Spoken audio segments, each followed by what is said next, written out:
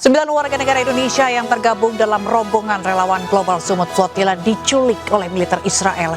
Para relawan tersebut hilang kontak saat mengangkut bantuan serta tim medis ke Gaza. Bahkan dari 9 aktivis tersebut, 3 diantaranya merupakan jurnalis. Kenapa ini semua bisa terjadi dan bagaimana seharusnya sikap pemerintah mengatasi dampak perang yang tak berkesudahan ini? Bersama saya, Fazilah Khairunisa, inilah The Prime Show selengkapnya.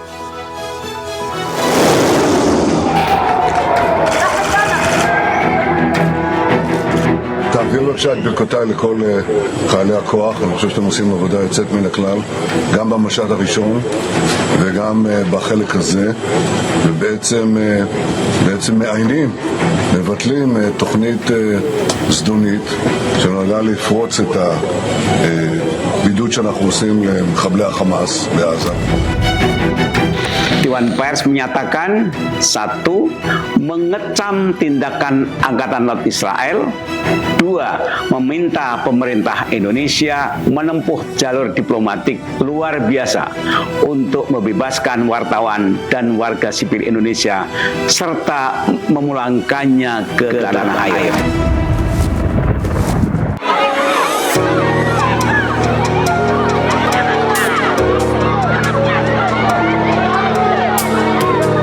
Sejauh ini informasi yang kita terima itu masih sulit. Kita berharap kondisi mereka baik-baik saja. Kami juga terus melakukan upaya koordinasi karena kita tidak punya hubungan langsung.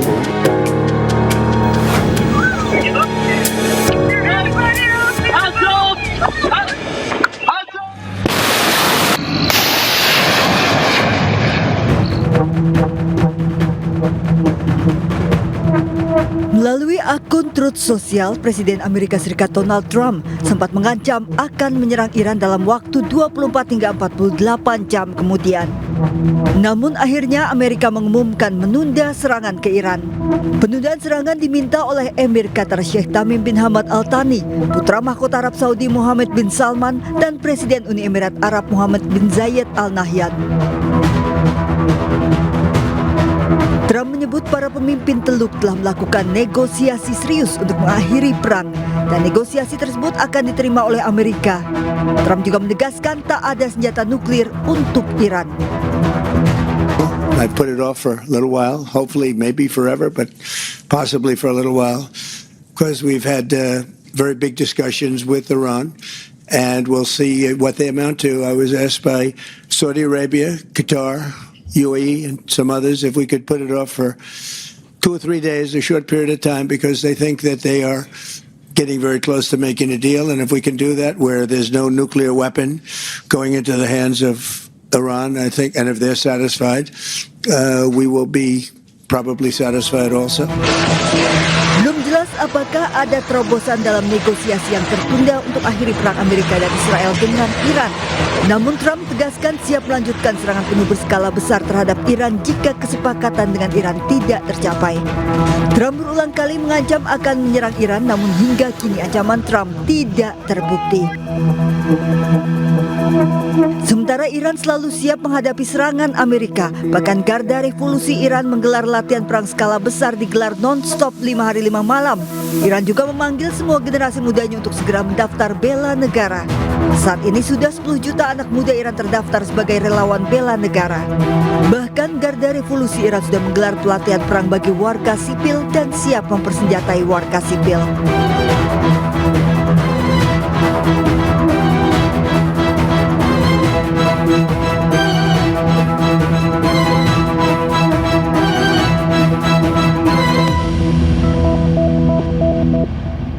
Presiden Rusia Vladimir Putin tiba di Beijing, China. Dalam kunjungannya, Putin akan bertemu Presiden China Xi Jinping untuk membahas sejumlah kerjasama.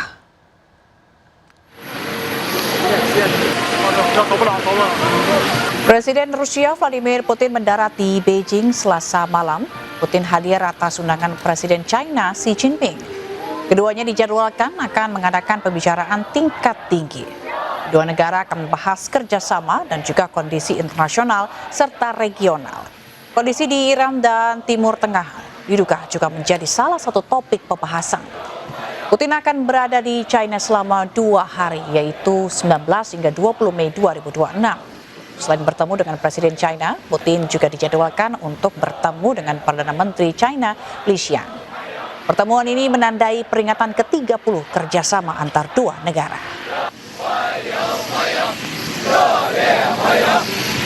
Приветствую вас.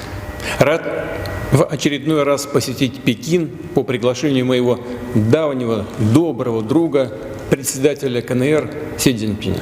Тесная российско-китайская стратегическая связка играет важную, стабилизирующую роль на мировой арене. При этом мы не дружим против кого-либо, а работаем на дело мира и всеобщего процветания.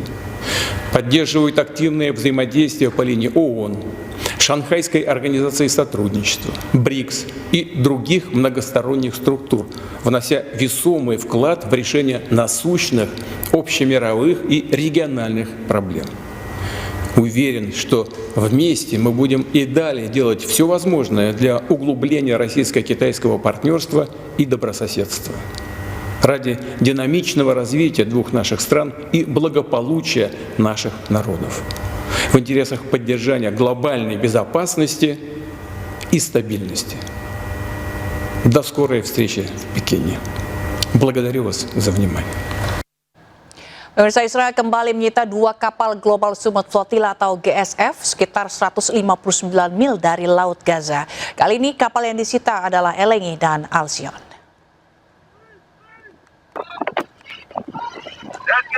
Kapal Angkatan Laut Israel kembali menyita kapal Global Summit Flotilla. Mereka ditangkap sekitar 159 mil laut dari Gaza. Dari siaran langsung, GSF menunjukkan militer Israel menaiki kapal Elengi dan Al-Sikon. Para aktivis yang berada di atas kedua kapal ini pun tak memberikan perlawanan. Meski terus menjadi sasaran Angkatan Laut Israel, namun peserta GSF pantang mundur. Lebih dari 50 kapal meninggalkan Turki Selatan untuk tahap akhir misi ini. Israel mengklaim telah menyita seluruh kapal yang berangkat. Total yang sudah diculik oleh Zionis Israel ada 7, saya sebutkan. Yang pertama tadi malam hari ini ya, 2 WNI. Yang pertama ada Mas Herman Budianto Sudarsono dan Mas Ronggo Wirasanu. Tadi sekitar pukul 19 lewat sudah diintercept dan diculik oleh Zionis Israel. Sebelumnya, pada hari sebelumnya di hari Senin itu ada Mas Andi Angga Prasadewa. Yang kedua ada Mas Bambang Noryono, tadi jurnalis dari Republika, Mas Abeng ya, alias Mas Abeng, bisa kita panggil Mas Abeng. Yang ketiga ada Mas Tony Badai. Yang keempat ada Mas Andre Prasetyo Nugroho dari jurnalis Tempo ya. Yang ke-7 ya, itu ada Mas Rahendro Herubowo. Hingga Selasa malam kami mendapatkan informasi terbaru bahwa 2 WNI kembali diculik tentara Zionis Israel. Global Peace Convoy Indonesia mengkonfirmasi kembali hilang kontaknya 2 relawan asal Indonesia dalam misi Global Summit Flotilla. Ialah Asad Aras Muhammad dan Hendro Prasetyo yang berada di atas kapal K1. Kapal K1 berlayar dari Marmara, Turki ke Gaza pada Selasa waktu setempat. Kapal ini hilang kontak dalam perjalanannya membawa pertolongan bagi rakyat di Gaza di perairan internasional. Kini terkonfirmasi total 9 relawan telah diculik Zionis Israel. Assalamualaikum warahmatullahi wabarakatuh. Saya Asad Aras Muhammad dari Jakarta, Indonesia. Jika kalian melihat video ini, itu berarti saya dan bersama teman-teman saya telah ditangkap oleh penjajah Israel secara ilegal di perairan internasional. Olehnya, mohon dukungan, mohon doanya, dan mohon agar segera melakukan desakan kepada pemerintah kita untuk menempuh jalur hukum, untuk segera membebaskan kami dan semua teman-teman kami, dan terus dukung dan doakan perjuangan Palestina. Bismillahirrahmanirrahim. My name is Hendro Prasetyo Bakti. I'm a general participant from Indonesia. If you are watching this, the Israel regime have kidnapped me in international waters. I am part of a non-violent civilian mission sailing to break the illegal siege, deliver aid, and stand in solidarity with the people of Gaza. My kidnapping show once again how far the Israel regime and its backer will go to continue their siege and genocide. The world must rise up, pressure your government to stand on the side of justice and humanity. Stop the war machine. Free Palestine. Ya pemirsa, apa yang menjadi penyebab utama WNI diculik oleh militer Israel dan apakah tindakan Israel ini murni sebagai bentuk pelanggaran terhadap prinsip kemanusiaan internasional? Sudah hadir di studio aktivis pro-Israel Monique Riker serta aktivis pro-Iran Ahmad Khozinuddin. Selamat malam Bapak Ibu sekalian. Malam. Ya, kita ke Mbak Monique terlebih dahulu. Mbak Monique, jadi menurut Anda ini sebagai pelanggaran yang memang dilanggar oleh teman-teman relawan dan juga jurnalis atau memang ini hanya aksi Israel saja? Ya, pertama tentu saja tidak tepat kalau dikatakan ini aksi penculikan. Karena mereka yang tanda kutip mengklaim diculik, ini mendatangi penculiknya secara sadar dan sukarela. Yang tepat adalah penahanan karena mereka memasuki wilayah perairan yang Israel saat ini boleh melakukan pencegatan. Kenapa boleh? Karena telah terjadi peristiwa Mavi Marmara tahun 2010. Pada saat itu terjadi bentrok di atas kapal sehingga dilakukan penyelidikan oleh Komisi Palmer dan hasilnya adalah Israel boleh melakukan blokade.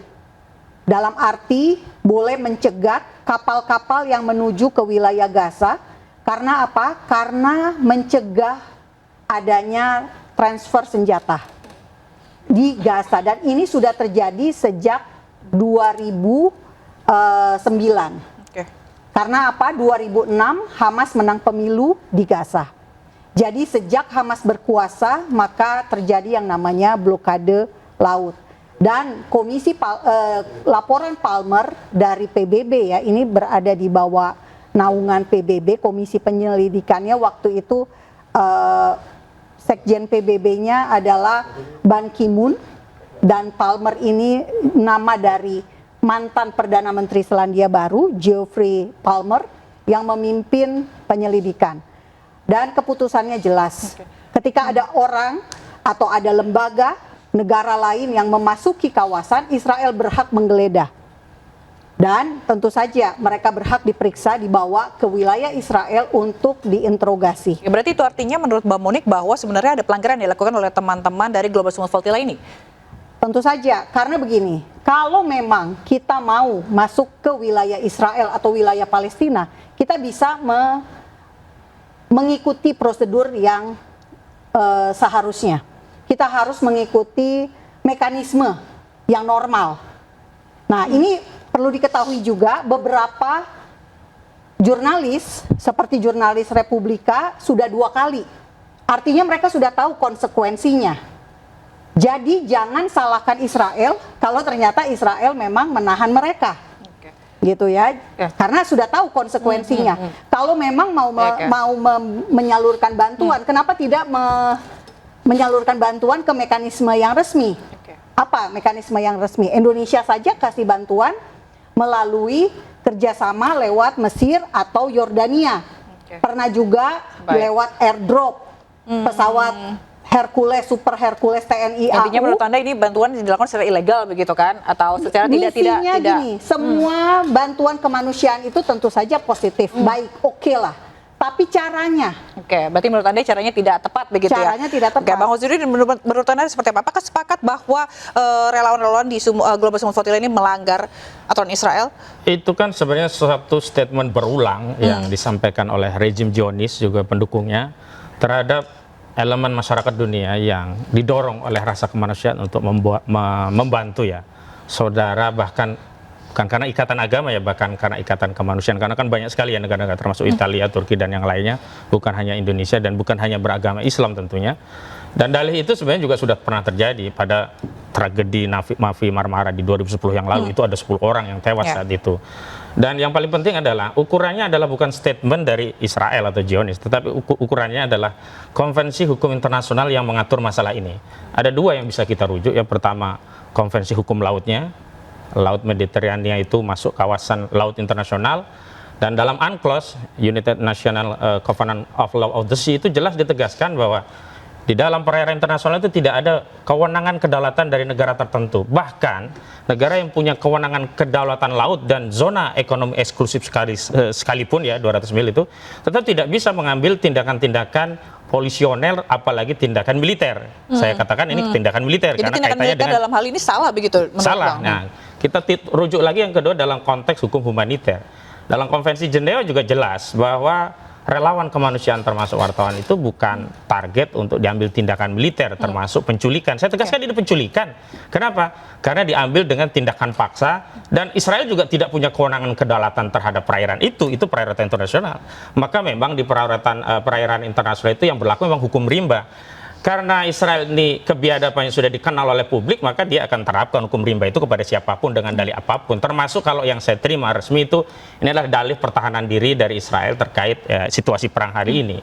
Tapi yang menjadi soal sebenarnya bukan itu. Karena ketika bantuan itu sampai, ada hal yang sangat ditakutkan oleh Israel adalah ada fakta dari Palestina yang dibawa oleh relawan ini kepada dunia bahwa selama ini klaim-klaim Israel itu keliru dan yang benar adalah memang terjadi penindasan yang luar biasa yang melampaui batas-batas kemanusiaan yang ini oleh Israel ingin terus diisolasi dengan berbagai dalih yang harapannya agar dunia internasional tidak tahu bagaimana penderitaan yang dialami oleh saudara-saudara kita di Palestina. Dan itu tentu saja akan istilah Jawa itu getuk tular ya, akan disampaikan oleh relawan ke negerinya, ke negaranya masing-masing, dan ini yang tidak diinginkan oleh Israel. Itu satu soal. Soal kedua, sebenarnya ada hal yang harusnya bisa kita ambil negara kita ya. Tadi saya sudah apresiasi sejumlah elemen sosial itu sudah bicara ya, civil society khususnya dari dunia jurnalisme sudah bicara tegas, negara harus hadir, harus membebaskan. Tetapi negara ada dua hal yang harus dilakukan. Yang pertama memang sudah dilakukan protes diplomatik, namun sayangnya itu tidak dalam kewenangan negara bisa mengambil tindakan secara otoritatif. Harus melalui persetujuan sejumlah lembaga dan mekanisme yang panjang. Menurut saya ada satu yang bisa kita ambil melalui peristiwa ini, yang ini merupakan korban yang kedua dari Israel. Sebelumnya ada tentara kita ya yang terbunuh oleh Israel. Hari ini ada relawan kita. Maka negara dalam pemerintah harus segera melakukan apa yang sebenarnya mengevaluasi keterlibatan Indonesia dalam board of peace yang di dalamnya ada Amerika di pimpinan dan ada Israel. Setidaknya itu adalah tindakan secara diplomatik untuk menegaskan Indonesia itu tidak ridho, tidak terima warga negaranya diculik, diperlakukan sedemikian rupa. Dan kalaupun memang harus ada tindakan polisional, Israel juga tidak bisa mengambil langsung, harusnya melalui PBB, melalui rekomendasi, resolusi, baru diambil tindakan. Dan tindakan kasuistik di 2010 itu tidak bisa dijadikan dasar mengeneralisasi seluruh peristiwa yang ada di perairan itu. Apalagi sesuai hukum internasional, itu adalah perairan internasional yang bebas untuk siapapun lewat di sana, apalagi misinya jelas, misi kemanusiaan. Kecuali yang dibawa kapal perang, bawa moncong senjata, baru curiga. Bantuan begitu. Berarti menurut Abang Indonesia atau pemerintah dalam hal ini belum melakukan upaya secara maksimal begitu ya. Tapi jangan dijawab dulu Bang, karena kita akan jeda terlebih dahulu. Pemirsa jangan kemana-mana, kita akan kembali sesaat lagi. Tetaplah bersama kami.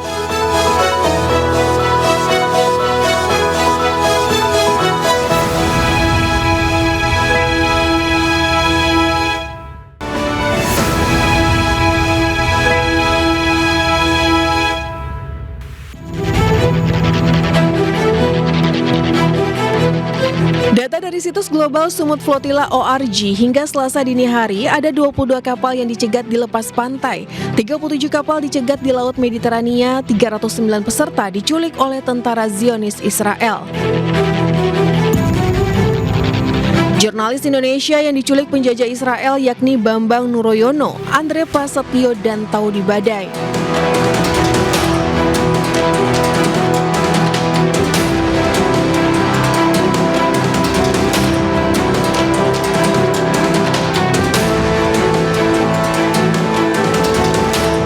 Dewan Pers meminta pemerintah Indonesia membantu pembebasan jurnalis yang ditangkap militer Israel. Dewan Pers menyatakan, 1. Mengecam tindakan Angkatan Laut Israel. 2. Meminta pemerintah Indonesia menempuh jalur diplomatik luar biasa untuk membebaskan wartawan dan warga sipil Indonesia serta memulangkannya ke tanah air. Angkatan Laut Israel mencegat dan menangkap kru dan awak kapal Global Sumut Flotilla pada Senin kemarin. Jurnalis Andre Prasetyo hilang kontak di perairan dekat Gaza setelah logistik kemanusiaan yang ditumpanginya dicegat oleh militer Israel.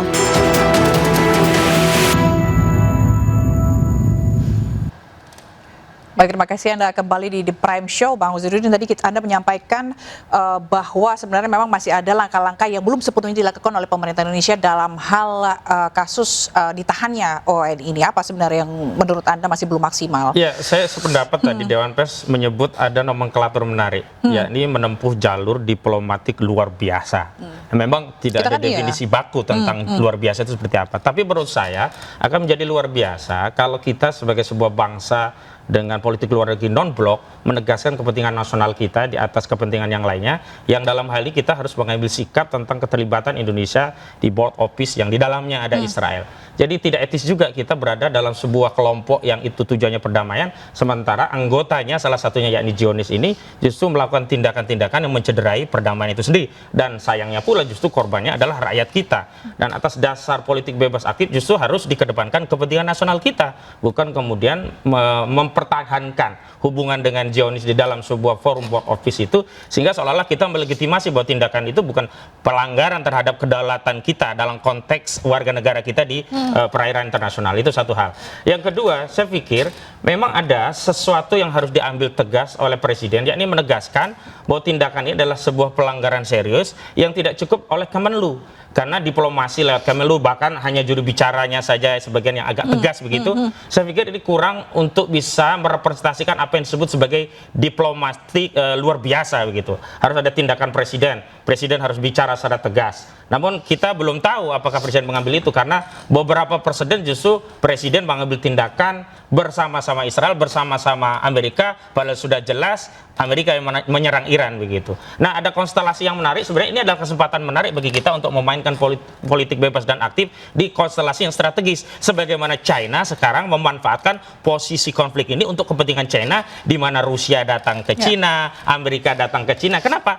Karena memang justru China yang diuntungkan dalam konstelasi politik global untuk pengimbangan kekuasaan satu hal, kemudian yang kedua untuk pengimbangan dalam konteks perang dagang ekonomi. Nah, Indonesia harus mengambil pilihan. Dan kalau kita bicara tentang dukungan internasional, tentang empati publik, Indonesia harus berada bersama Palestina dan bersama warga negaranya sendiri. Nah, kalau Indonesia justru mengkonfirmasi abai terhadap keselamatan warga negaranya, maka dipertanyakan seorang presiden, bagaimana presiden menjaga keselamatan warga negara, yang itu merupakan mandat amanah konstitusi bahwa setiap warga negara harus dijamin keselamatannya oleh seorang presiden, baik di dalam wilayah yurisdiksi Indonesia maupun yurisdiksi internasional, apalagi tidak melanggar sama sekali kedaulatan wilayah negara lainnya. Justru Israel yang itu melanggar konvensi internasional, baik konvensi hukum laut dan juga hukum perang, konvensi Jenewa. Memang licik juga, sama juga dengan Amerika.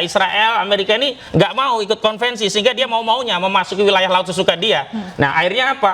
Nah, memang harus ada penegak moral internasional, dan ini oleh ahli hukum internasional selalu persoalannya hukum internasional itu adalah siapa yang menegakkan hukum internasional. Karena norma itu tidak pernah bisa ditegakkan, karena tidak ada negara yang bisa melebihi negara lainnya dalam konteks menegakkan hukum internasional. Akhirnya apa? Ya hukum rimba. Nah, sebenarnya kalau Amerika itu benar polisi dunia, dia yang punya tanggung jawab moral untuk menegakkan hukum internasional. Tapi faktanya negara adidaya ini justru menunjukkan kebejatan moral ketika dia bersama Zionis Israel menyerang Iran. Oke, benarkah yang dilakukan atau yang dipakai oleh Israel ini adalah hukum rimba, Mbak Monik? Tidak ya, jelas sekali negara mana saja kalau ada orang yang datang, orang asing yang datang tidak sesuai prosedur. Contoh, jemaah haji. Kalau dia tidak pakai visa yang sesuai dengan peruntukan, dia akan dideportasi. Bahkan hukumannya, sanksinya bisa sampai 10 tahun loh, Mbak. Ya, nggak boleh masuk ke Arab Saudi. Itu ada mekanismenya. Jangankan ini untuk ibadah gitu ya. Tapi Arab Saudi apa? Menegakkan hukum. Demikian juga dengan Israel. Oke, tapi bukannya dalam hal ini masih Dan masuk jelas dalam perairan juga, internasional. Nah, Iran selama ini apa? Blokade Selat Hormuz, membombardir kapal-kapal yang lewat. Kapal Indonesia aja tertahan. Nah itu apa? Israel hanya mencegat masuk ke wilayahnya, enggak dibombardir loh. Dan contoh lain, ketika kapal Iran masuk ke perairan Indonesia, ditahan nggak? Ditahan, sampai hari ini masih ditahan loh. Padahal ini dari Juli 2023, bahkan mau dilelang lagi. Karena kedapatan melakukan pemindahan minyak mentah secara ilegal. Jadi masing-masing negara, Iran sama Indonesia ada hubungan diplomatik loh. Tapi tetap saja harus ada penegakan hukum. Nah Israel melakukan apa yang namanya San Remo Manual tahun 1994. Ini berkaitan dengan blokade laut jika terjadi konflik. Tapi kan bukan alangkah baiknya pendekatannya dilakukan secara humanis, bukan secara militer. Tapi yang dilakukan oleh Israel ini militer tiba-tiba datang, tugas militer, itulah tugas tentara. Di Indonesia TNI juga ada. Tugas TNI apa? Kalau ada kapal nelayan asing yang masuk, pasti dicegat juga kan, sama angkatan laut kita atau minimal polisi perairan. Itulah tugas mereka, melindungi kedaulatan wilayah negara yang bersangkutan. Itu pula yang dilakukan oleh Israel. Abang setuju nggak, Bang? Sebentar, saya mau koreksi dulu. Bantuan kemanusiaan selama ini sudah dikoordinasikan, termasuk juga oleh Indonesia mengirimkan bantuan ke Palestina, ke Gaza. Lewat mana? Mekanisme yang ada disediakan oleh Israel. Kenapa tidak melalui mekanisme yang ada tadi? Dan jangan salah, yang mencegat rombongan global Sumut Flotilla bukan hanya Israel loh Mbak. Mesir lewat darat. Mereka jalan dari Tunisia, dari Libya. Bisa nggak masuk ke Rafah? Di jalur Gaza? Nggak bisa. Mesir memblokade. Gimana caranya? Datang, naik pesawat, langsung dideportasi. Mereka tetap bertahan, diangkut. Dengan apa? Dengan cara seperti apa?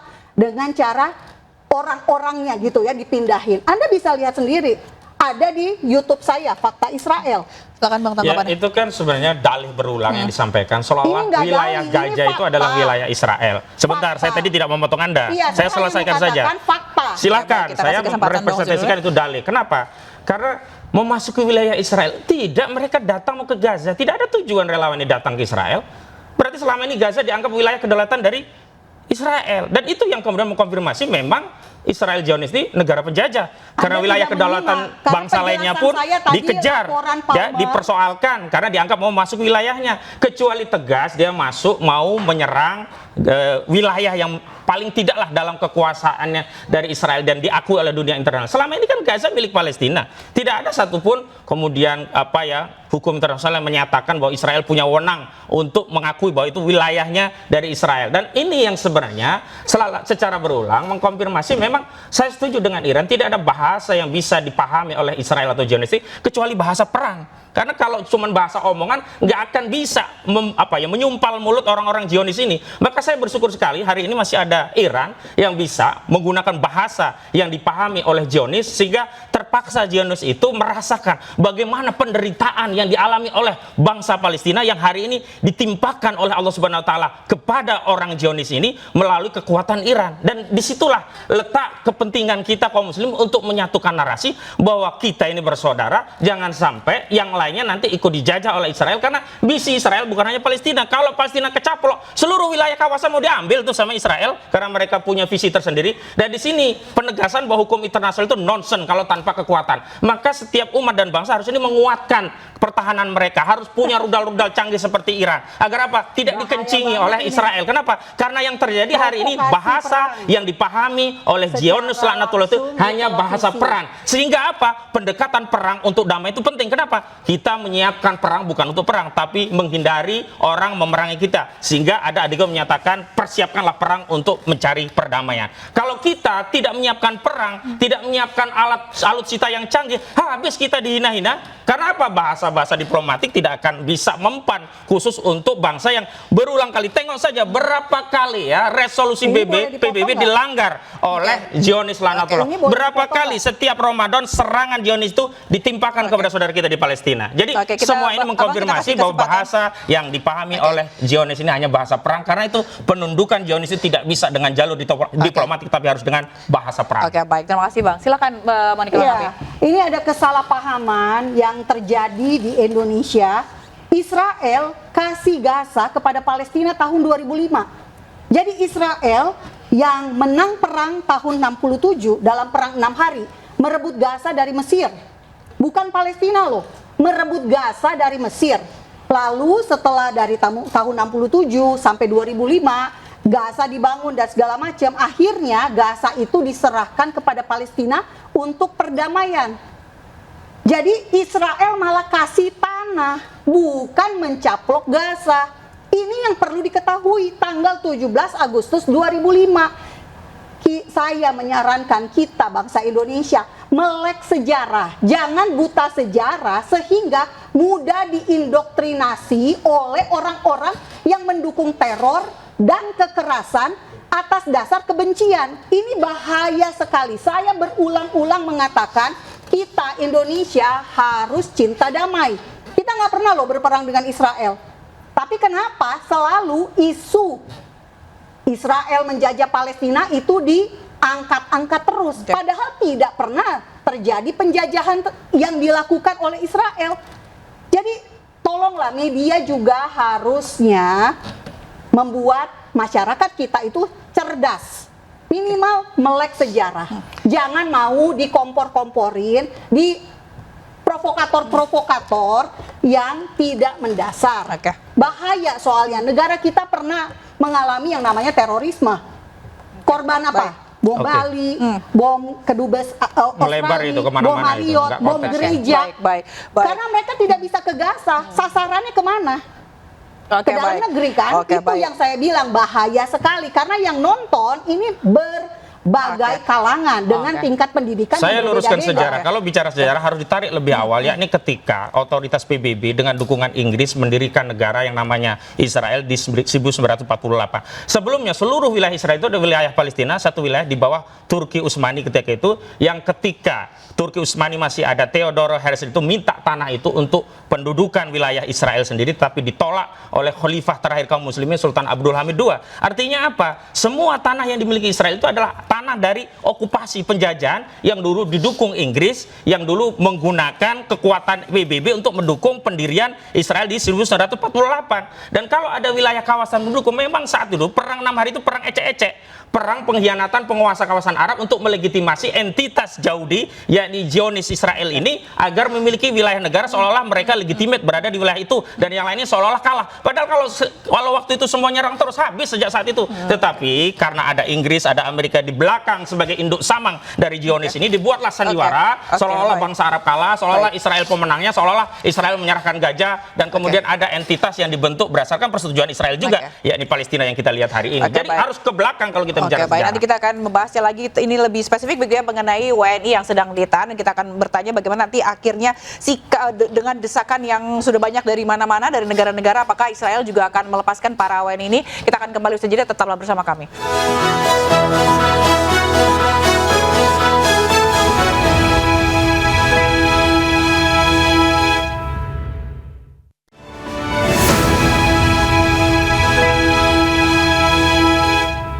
Ya, terima kasih Anda masih bersama kami, Mbak Monik. Dengan adanya desakan-desakan dari beberapa negara, juga Indonesia juga mengecam keras penahanan WNI di sana. Apakah nantinya Israel juga akan melepaskan para WNI ini?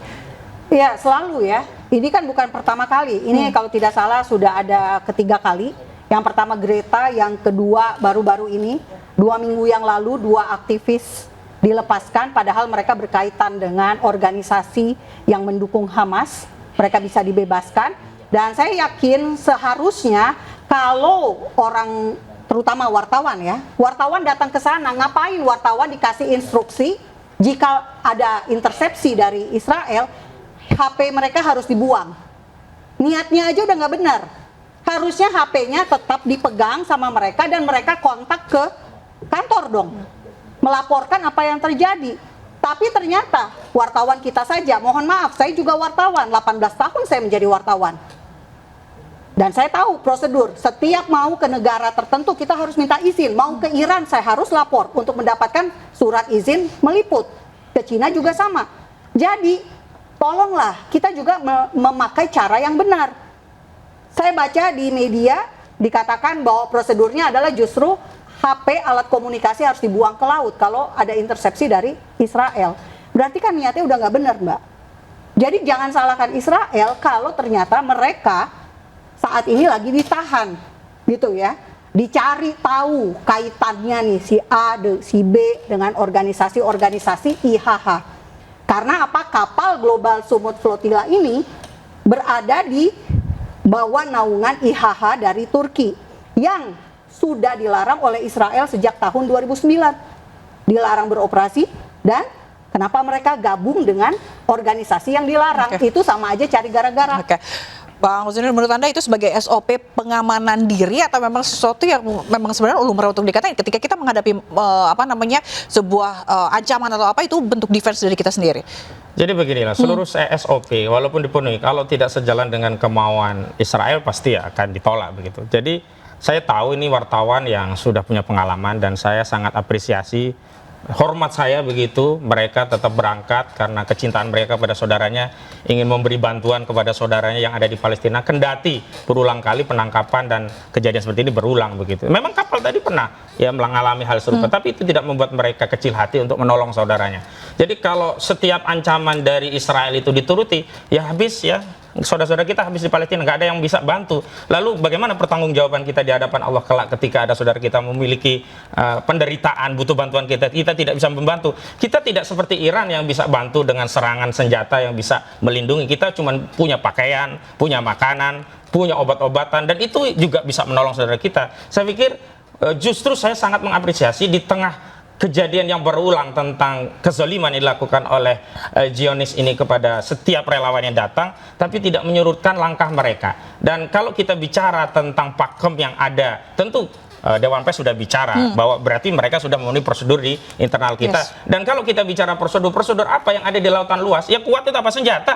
Yang paling berkuasa siapa? Yang punya alutsista. Karena pendekatan itulah yang kemudian digunakan Israel untuk membungkam tugas-tugas jurnalisme, membungkam tugas-tugas kemanusiaan. Dan sekali lagi saya tegaskan, ini bukan yang pertama dan terakhir, ini adalah kejadian yang berulang dan ini sudah menjadi template yang dilakukan oleh Zionis untuk mengisolasi isu ini agar tidak bisa tersebar ke dunia, agar apa? Kejahatan Zionis terhadap saudara kita di Palestina itu tidak terekspos ke seluruh umat dan bangsa. Padahal ini yang kita butuhkan agar ada empati dunia kepada saudara-saudara kita. Benarkah Mbak Monik ini untuk membungkus kejahatan-kejahatan yang akan disebarkan oleh para relawan negara dunia? Tidak ya, Israel ini adalah negara yang demokratis, persnya bebas, tidak seperti Iran, justru terbalik ya. Iran itu persnya tidak bebas, tidak demokratis, makanya didemo oleh rezim Iran itu didemo oleh rakyatnya sendiri. Sebaliknya Israel enggak. Israel justru mempersilahkan jika dari Indonesia mau datang liputan, silakan. Urus visa baik-baik, pasti dibolehkan, pasti diizinkan. Saya pegang omongan saya. Ya, wartawan-wartawan Indonesia yang ingin masuk ke Israel dan ingin liputan ke Gaza, ingin liputan ke Yudea dan Samaria, bisa. Jangan takut. Israel bukan tipe tiran, bukan tipe diktator. Pasti akan diberikan akses. Dan yang paling penting, yang paling perlu diketahui, IDF, tentara Israel sendiri, dia punya media sosial berbagai bahasa. Ada dalam bahasa Parsi, Arab, Inggris, Ibrani. Ya, kita nggak ada bahasa Indonesia sih, tapi kita bisa baca yang dari bahasa Indonesia. Bantuan kemanusiaan ada lewat Kogat. Ini juga bisa diakses. Publik di Indonesia bisa mengetahui apa yang terjadi lewat. Bagaimana kita mau menyalurkan bantuan kemanusiaan kepada sebuah entitas yang membombardir rumah sakit, membombardir warga sipil? Apa jaminannya bantuan kita bisa sampai? Itu semua kan hanya dalih semata. Dan sekali lagi tadi ya, kita ini kan nggak mau ke Israel, kita mau Palestina. Kenapa Kenapa harus izin dari Israel? Mei Otoritasnya 10 itu sampai siapa kalau 14. kita bicara tentang Palestina? Nggak ada orang tuh mengharamkan diri. Ngapain datang ke Israel? Satu Negara hari yang begitu ada biadab. 600 Tapi mau ke Palestina. Kenapa harus izin 600 Israel? Ini kan penjajahan. Konfirmasi penjajahan dari Israel terhadap Palestina. Karena Itu saja sejak sudah dibongkar oleh Oktober pendukungnya sendiri begitu. 2023 terjadi serangan teror oleh Hamas. Karena itulah Hamas itu membela diri, kewajiban Bagaimana orang caranya? yang diserang. Karena apa? Pendudukan itu adalah penjajahan. Kan masa ada pendudukan kita diusir dari rumahnya? Sejak Suruh tahun diam. berapa? Sejak entitas Israel didanai Inggris pada saat dia menubuhkan entitas itu di wilayah tanah Palestina yang itu tanah kaum muslimin yang dibebaskan oleh kerajaan Muhammad Israel sudah ada lebih Oh, dulu. itu beda lagi karena kerajaan itu kan bukan kerajaan hari ini. Nah, itu selalu Ya, dalih tapi yang digunakan tanahnya seperti itu. tetap sama. Maka sekali lagi saya Kerajaan mendukung Israel Iran berada untuk menggunakan kekuatan di militer untuk tempat yang mengajari dulu tentang sama apa itu dengan kemanusiaan negara kepada Israel Zionis saat Israel, ini. untuk mengetahui apa itu rasanya sakit dibombardir. Maka Kemanusiaan, Iran sudah ini dia memberikan pelajaran itu. kemanusiaan. Dan hari ini kita tahu 150.000 bangsa dunia ton bisa melihat siapa tepung. sebenarnya yang zalim, apakah Palestina 150.000 atau Israel, dan ton. saya tegaskan kezaliman itu adalah ada pada Israel. Silakan lihat di Kogat. Anda bisa lihat sendiri data-data yang saya tampilkan hari ini. Itu data-data bikinan Israel, tentu pro pada Israel. Kita mau datang ke wilayah yang dikuasai oleh penjajah, minta datang versinya penjajah. Iya, dikuasai oleh penjajah. Berarti itu intinya sebenarnya kita nggak harus minta izin. Nggak perlu orang kita nggak mau datang ke Israel. Kita misalnya mau datang ke Malaysia, Jadi gini, Mbak. izin ke Singapura. Ngapain izin ke Singapura? Orang kita mau ke Malaysia. Resolusi Dewan Keamanan PBB itu sudah mengatur Dalih itu. saluran pembagian, pendistribusi makanan, bantuan kemanusiaan. Dalih itu sekali lagi. Semuanya sudah diatur oleh resolusi PBB. Dan tidak ada satu resolusi PBB yang menghalangi bantuan langsung ke Gaza. Tidak ada. Itu langsung ke Gaza. Tidak ada larangan. Tidak ada larangan. Tidak ada larangan. Datanya. Dan itu adalah data-data Ini sekali datanya. diberulang untuk melegitimasi kezaliman Israel selama ini Ini datanya. yang membiarkan bantuan itu tidak bisa sampai Ini dengan dalih ini. air. Nah, itu Dan data-data yang selalu digunakan. Uni Dan Emirat dunia Arab. sudah tahu siapa yang hari ini berbuat zalim Emirat terhadap Arab, Palestina. Arab Saudi, Bukan hanya Palestina, Jordania, banyak ya warga di Mesir, wilayah Arab itu yang diserang oleh menyalurkan Zionis bantuan Israel. melalui Saya kira mekanisme yang argumentasi disediakan berulang seperti ini sudah Israel. sering dan kita sangat Dan muak ada gitu yang mendengarnya namanya gitu. CMCC. Memang sekali lagi Civil tidak bisa diselesaikan dengan Military diskusi diplomasi. Coordinator Memang Center. harus ada kekuatan senjata yang membungkam Zionis ini. Saya setuju Tolong Iran. jangan dipotong ya nanti ya. Oke, jadi menurut Abang berarti harus perang begitu ya Bang ya untuk Bukan begitu, maksudnya begini. Zionis ini Nah, tidak ini mengerti populasi bahasa Palestina. tentang United Nation Covenant of Law of the Sea, tentang apa itu hukum laut, tentang apa itu konvensi Jenewa tentang hukum perang. Maka mereka seenak udelnya memperlakukan wilayah perairan internasional sesuai dengan kehendak mereka, tidak menghormati apa yang sudah menjadi konvensi Tadi kesepakatan saya sudah bangsa-bangsa. bilang, ada yang Dan namanya itu yang kemudian Sanremo menjadi dalih Manual. legitimasi penculikan warga negara kita. Dan kita sebagai bangsa, apalagi ada warga negara Indonesia kok membela negara bangsa yang menculik warga negara Indonesia. Di mana letak kedaulatan kita? Di mana letak nasionalismenya? Ya, saya jawab ya. Saya berdiri di atas kebenaran dan saya menolak segala bentuk kekerasan dan terorisme. Karena itu kembalikan warga negara kita, nggak boleh tetap ditahan oleh Israel. Itu terorisme itu. Itu sah. Ya, tidak bisa, itu wilayah perairan internasional, netral. Tidak ada wewenang yurisdiksi Menurut negara apapun Sanremo di wilayah 1994. internasional. Menurut Israel, ya itu maunya Israel. Menurut Kita menggunakan Sanremo. konvensi yang berlaku. Ya ini UNCLOS, itu yang berlaku. Di dunia ini pakai UNCLOS, nggak pakai ya, Israel. Oke, baik terakhir. Secara UNCLOS juga Israel saat ini berhak untuk menggeledah karena mereka menuju ke tempat di mana sedang terjadi Nggak konflik. ada tindakan di dalam wilayah perairan internasional itu polisionil nggak boleh. Ya asal dia ya tidak melakukan tindakan militer itu diperkenankan, bebas sipil itu. Bahkan di zona ekonomi eksklusif, sipil itu bisa lewat, yang penting dia nggak nyari ikan, nggak nambang minyak, gas di laut itu, sepanjang cuman melakukan perairan untuk pelayaran. Itu di zona ekonomi eksklusif saja boleh, apalagi ini di zona internasional. Di mana lagi argumentasi dari Israel untuk menutupi kebiadabannya kepada saudara kita yang hari ini diculik Anda gitu ini loh. tidak Di mana? konsisten. Di mana? Tapi ketika Iran menerapkan dia di Selat Hormuz, Anda mendukung Iran. Kita Anda sedang tidak bicara di konsisten. wilayah ini. Kalau Ya, di Anda Iran tidak persoalannya konsisten. lain juga Nah, karena tidak ada konsisten. serangan pendaulan dari Israel dan semua kapal-kapal itu terafiliasi Sama. dengan Israel begitu. Israel juga ada Dan itu serangan wilayah dari kedaulatan penuh, Gaza. bukan zona internasional. Wilayah kedaulatan penuh. Bukan Itu di bawah dong. 200 mil. Beda dengan perairan yang hari ini kita diskusikan. Jadi udahlah cocok-bologi karena nggak paham hukum internasional. Harusnya saya dihadirkan dengan tokoh yang ahli hukum internasional, bukan buzzer seperti ini. Tapi Anda salah. Saya memang bukan ahli hukum. Tapi terima paling tidak saya punya dasar. Justru tidak bernilai kalau tidak ahli. Baik, terima kasih Mbak Monique Rekers, aktivis pro-Israel, dan Bang Ahmad Koziruddin, aktivis pro-Palestina, dan Pak pro-Iran telah bergabung di The Prime Show kali ini. Semoga diskusi kita membawakan manfaat. Terima kasih. Selamat malam Bapak Ibu sekalian, dan pemirsa jangan kemana-mana. The Prime Show akan kembali sesaat lagi. Tetap bersama kami.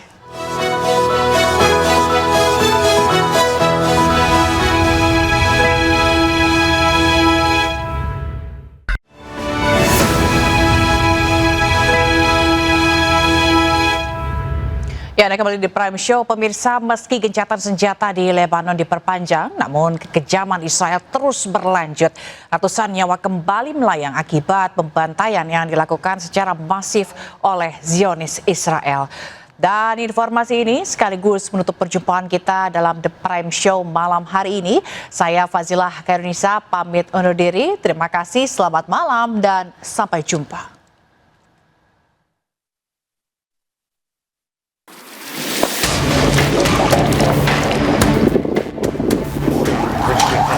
Allahu Akbar, jibul is'afaf, jibul is'afaf. Dua keluarga di Lebanon Selatan harus kehilangan nyawa di hari yang sama akibat serangan membabi buta Israel. 10 orang dari dua keluarga di dua wilayah berbeda ini meninggal akibat serangan Israel dan tidak menyisakan satupun anggota keluarga yang selamat. Padahal Kementerian Luar Negeri Amerika Serikat telah mengumumkan perpanjangan gencatan senjata selama 40 hari antara Lebanon dan Israel pada 15 Mei lalu. Sementara itu, warga Tire menyuarakan kekhawatiran mereka atas terus berlanjutnya eskalasi di Lebanon Selatan. Meskipun ada gencatan senjata dengan Israel, namun terus terjadi serangan. من الواضح انه ما في مصداقيه بهالهدنه ولا اللي قبل اللي مرقوا بالعكس عم بتكون اشد من ايامات العاديه يعني بعدنا مسيرات بعدنا حربه بعدنا قصف مطارح يعني بعد ما في امان ابدا. نحن كنا ناطرين يمروا 45 يوم اللي قبلهم ونجي انه على رواق وتنفتح البلد وبلش العالم ترجع على بيوتها وبلش اعاده الاعمار ويصير انسحابات للاسرائيليه من عمن جنوب لبنان ويرجع الامن والسلام لعنا. فاللي بين انه جددنا 45 يوم هلا الليله طول الليل ضرب وقصف وما بعرف شو لوين رايحين ما حدا عارف. Rencananya putaran keempat pembicaraan perdamaian akan berlangsung di Departemen Luar Negeri AS tanggal 2 hingga 3 Juni mendatang.